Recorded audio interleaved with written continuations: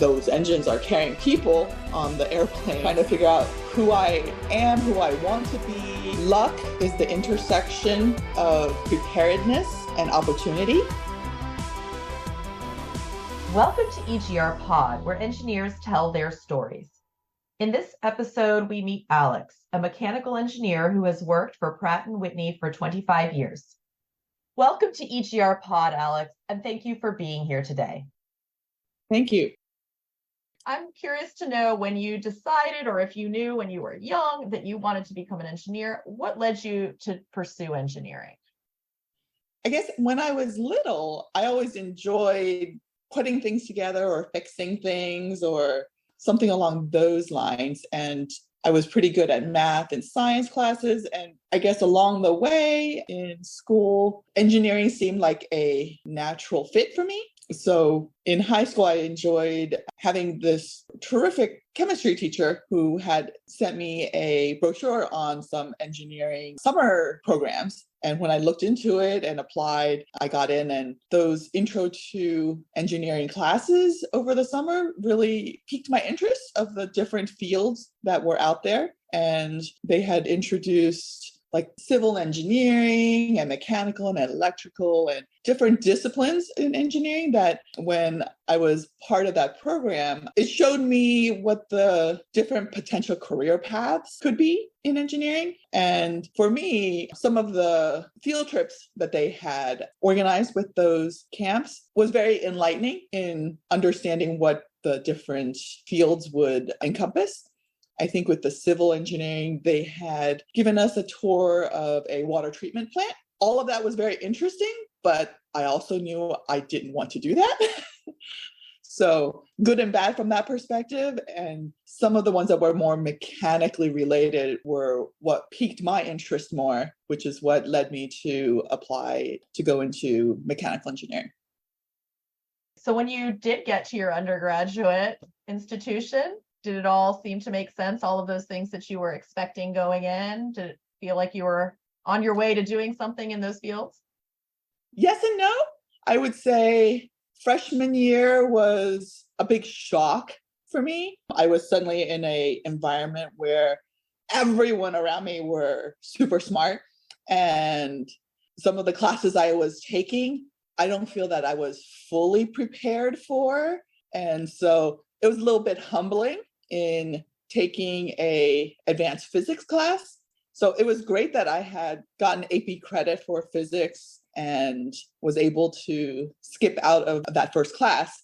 But being thrown into the next level physics was, like I said, quite humbling because I didn't have enough background to really digest it at the pace that college goes at. It was a good thing that freshman year was pass-fail. So taking it the second time was much better because I had already been introduced to some of those concepts that I was not introduced in high school. And having a humbling experience is not a bad thing, right? No, it's not a bad thing. It helps wake you up. Were there more humbling experiences along the way? I would say for each of the engineering categories of classes that I took as an undergrad, like fluids and thermo and mechanics and dynamics, each one felt like it was a different language. And you had to learn a different language for each of those classes. Some of those languages were very new and foreign, literally. It took time to adjust to understand the vocabulary of that language, much less understanding how to make all of the pieces of that language flow together and understand what is going on. So taking the time to understand each piece of that was very important. And sometimes not trying to take too much at a time, taking just one or two at a time to learn it really well, I think was beneficial. Having 3 was a little too much. Definitely cautionary tale in terms of what you might choose to take for your classes.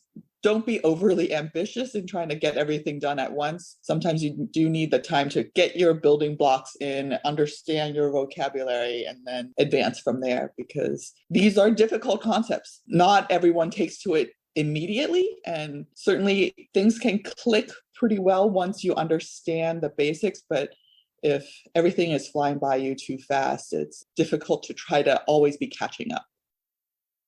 That's great advice. I think it's hard sometimes when we find success in one thing that we automatically assume we'll have success in the next. And you're right that going into each new course, it's helpful if we go into it with the attitude that this is something brand new and we're going to figure it out as we go. What were your most vivid college experiences? I would say the class I took on design, it was a class called 270. It's where each student was basically given a kit of materials to put together a concept in order to complete a mission for competition. Was really engaging. It kind of pieced together everything that you had previously learned from the pieces of mechanical engineering, and now you're kind of putting it together and see what it is in action when you try to put together a machine that accomplishes the mission. That was very engaging, and with everyone all trying to do the same mission, you see how everyone has different thoughts and ideas of how to put together a machine to do that. And you have this wide variety of robots, basically, that people created in order to accomplish the mission. So it's very individualized. There were people who created very complex things, very simple things, things that were very robust, some things that were not. And I think everyone had fun just creating it, regardless of what level they were at and what experience they had at it. And it was very much hands-on. That's certainly why I enjoyed it the most. Even though my robot didn't do the best, it still stepped me through a lot of the engineering process and showed me that I could do it. I could create something that accomplishes a particular mission. Whether or not mine was the best or not didn't matter per se. Certainly it always feels good if what you created did do really well. But regardless of how well you did, the fact that you were able to put something together was very fulfilling. That's interesting. And so, with engineering students, we often talk about how much of the work is individual and how much of work is truly a team effort. Does anything stick out to you from your undergraduate experience or in your experience working in the field? How do you feel about teamwork? How do you feel about the role of teamwork in conjunction with your individual efforts and responsibilities? It's definitely very important for each person to have their own capabilities that they're bringing to the table. And working as a team is super important because no one person can do everything. And especially when you're talking about large projects like in aerospace, everyone has their own specialty in being able to understand or execute this aspect or another. So it's super important to be able to communicate with one another, to understand what the other person's expertise area is and how that interfaces with yours. Having that dialogue with each other to understand how best to interact and when and how to hand over different parts of what you accomplish and deliver to the next person or team in order to accomplish the greater goal. So did you feel like when you went to work as an engineer that you were prepared for the type of teamwork that takes place there based on your experiences as a student? What was the same or different? I would say in academia, a lot of what I was doing was definitely much more individualized. There were some things that I might need to interface or get information from other parties, but the majority of what I was doing was on me and on my shoulders. I didn't really have to depend on anyone to be able to accomplish what I wanted to complete. In industry, there's a complexity to what the company or your organization is trying to produce that no one person can do it all, because between trying to complete something complex within time constraints and within budget constraints, you need a whole host of people with different expertise to be able to deliver on a product or service that you're trying to produce. I would say the most eye-opening thing going into industry was the fact that the level of teamwork that you need to have in order to successfully complete something is a lot more apparent than what you might see in a class or even in a graduate study. So if we were to take a snapshot of Alex's day at work today, could you give us a quick summary of what your day looks like in terms of the type of work that you did? We generally start off in the morning with a status meeting. So our team meets together. This is a quick half-hour max call that everyone on the team gives a status on what they worked on during the past day, what they're planning to work on the current day, and if they have any roadblocks in doing what they are assigned to do. If there is any roadblocks, then we as a team try to give each other advice or figure out how we can help each other in overcoming that particular obstacle. It might be as simple as, I can't access this folder, what happened? Or I'm having a really hard time trying to figure out how to execute this conceptual thing. And then we as a team can try to help.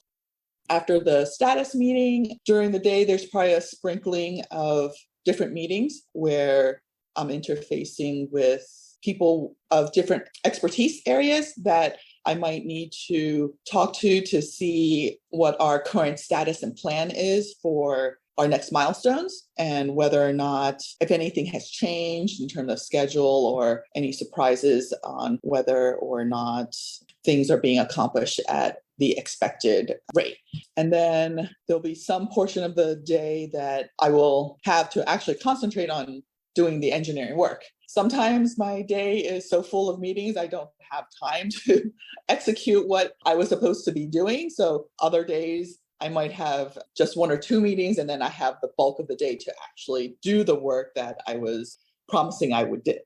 So it's a mix depending on what day it is and whether or not I'm in meetings to coordinate action items that I might need to fulfill versus actually working on the task so that I have something to hand over to the next person so that they can do their part of the analysis. That is so different than being a student. Yes. You've been now working for Pratt and Whitney for how many years? 25 this year. Looking back to when you first started from where you are now, you've obviously changed as an engineer because your knowledge and your confidence and your ability to do your job has changed immensely. Do you have any ideas to share about how the engineering field has changed over the past 25 years? Certainly, especially with COVID, the prevalence of being able to work remotely is a lot more widespread. In my company, within my group, we were always, even at the start of my career, very positive on trying to allow people to have a good work-life balance. And part of that had included being able to log in from home to do some things. And because I worked in the software group, the only thing you really needed if you wanted to be able to work from home was a good internet connection.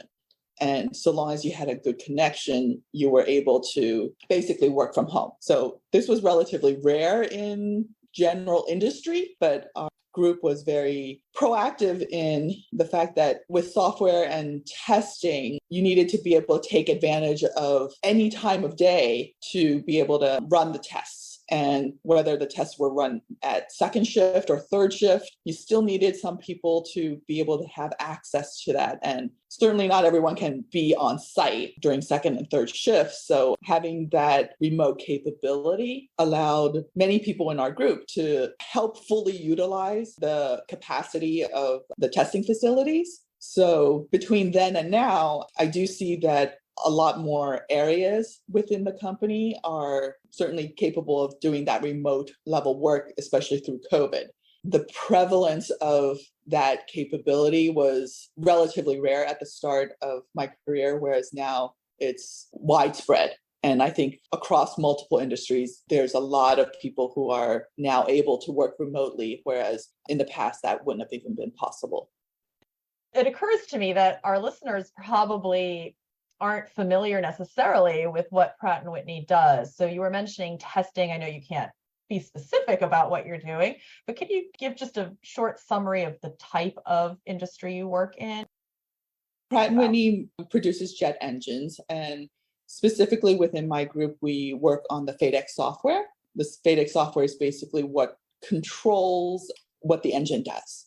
A lot of what we do encompasses testing out a lot of the functionality of how the engine executes under certain scenarios. So there's a lot of testing that can be simulated, and then there are testing that needs to run on a actual hardware piece of the engine and interaction with the actual controls. So there's simulated cases that we run, as well as actual engine hardware tests that we run. And then subsequently, there's also actual flight tests that get completed. So there's a wide variety of testing that we go through in order to make sure that all the functionality that we have in the engine is safe, because those engines are carrying people on the airplanes, and we want to make sure that everyone takes off and gets home safely. Thank goodness. Very important. So you do both the software side and the testing, or one or the other more predominantly? There's different pieces that I've worked on over the span of my career. There were times where I had worked on testing. There are times that I worked on requirements or design or validations. Different pieces of the puzzle that goes into executing a engine that gets certified is quite immense. So there's many pieces associated with getting an engine certified. Do you feel like you are doing what you envisioned you might do when you set out? Not exactly. When I set out, I guess I knew I wanted to do something in engineering. I didn't know what that would end up being. When I had interviewed and gotten a job with Pratt and Whitney, I could see myself working there because the concept of working on something significant and important like an engine was meaningful to me. And I was interested in doing, even though I had no background at all in propulsion. My background was in mechanical engineering, and I had concentrated in some classes in controls. So it was more that I was entering Pratt and Whitney from a controls perspective, and then it was applying that control background in the aerospace industry. For me, that gave me a sense of purpose on how my engineering contribution could help the world. I felt very proud of what you were doing. Yeah, proud of being able to contribute to such an endeavor. You know, I was also in mechanical engineering, as you know, and I always felt like that was such a broad field to go into, that there were so many different things one could do as a mechanical engineer. And it's interesting that you said, you know, you didn't expect to go into propulsion. This seemed almost, it is aerospace adjacent, but that your underlying foundation from mechanical engineering allowed you to move in that direction. Is there something, if you looked back, that you may have done differently, or that you considered maybe you might have wanted to do differently? When I was a senior in college, I was trying to decide what I wanted to do going forward. I had a few credits which allowed me to either try to graduate early, or I could apply it towards something in the graduate field, or I'd gone through a mental exercise of what do I really want to do with my life? And at the time, I was considering a broad range of consideration. I was thinking, well, I could do something toward the medical field and apply either to medical school or apply my engineering knowledge toward medical related devices, or I could go down a law route. My cousin had been a patent attorney, so it's like, well, I could apply my engineering knowledge toward the field of law and go similar in that direction. Or I could just graduate early and just go work. Or I could apply some of those credits toward grad school and get a little more depth in the mechanical engineering field. I had strongly considered all these different options, which it's good to know when you have all these options, but it's also very hard to try to just choose one when you know you have so many options. So some deep thought in trying to figure out who I am, who I want to be. I eventually decided, well, I'd like to get to a higher depth of knowledge. So I ended up pursuing a grad school degree in mechanical engineering. That's so interesting because we knew each other in an undergraduate and then our paths diverged as graduate school approached. I knew you went to pursue your master's and I went to pursue a master's. And I know there was a lot of thought for both of us, but I don't think I knew that you were ever considering some of these other fields that were so different than perhaps what you learned as an undergraduate, medicine, law. And it's interesting to hear about the feeling that an engineer has when they finish their degree, that all of these things are accessible to them. And yes. These are all fields that they can go into that they may not have even considered prior to starting their engineering degree. That's inspiring. You've shared a lot of great tips and things that, words of caution, words of advice, things that made your path special to you.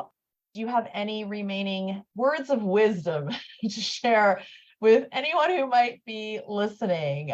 Everyone takes their own path, and you alluded to that, whether it's in engineering or anything else. But particularly for those who are on the engineering path, any last thoughts for them?